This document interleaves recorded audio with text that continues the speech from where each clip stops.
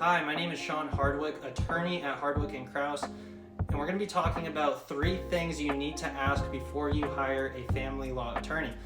First, you need to figure out if their retainer agreement is refundable or non-refundable.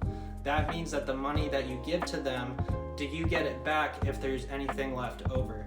So a lot of family law attorneys have what's called a non-refundable retainer. So if you give them $10,000, for example, and it only costs $4,000 to resolve your case, they're keeping that extra $6,000. At Hardwick & Krause, we don't do that. If we don't earn that money, we're not keeping it, we're giving it back to you. We have a refundable retainer. So you need to ask that before you hire that attorney. The second thing is you need to figure out, do they charge for communications?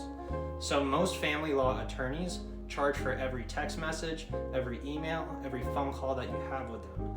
And this includes just getting simple updates on your case if you haven't heard from them, or any concerns that you have, or any updates that you need to give them. At Hardwick & Krause, we don't do that. We don't charge you for giving you updates or for you telling us what's going on. We believe that open line of communication is important. So we don't charge you for those types of communication. So you need to ask about that. Third is you need to figure out if that attorney practices in other areas. So at Hardwick & Krause, we exclusively practice family law.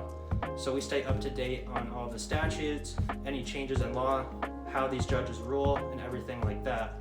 If you have an attorney who does criminal or business disputes or probate or any sort of other area of law, they may be focused on other things. They may not be staying up to date on the latest changes, and it's important that you get someone who specializes in family law so they are aware of all of these changes and how to best handle your case.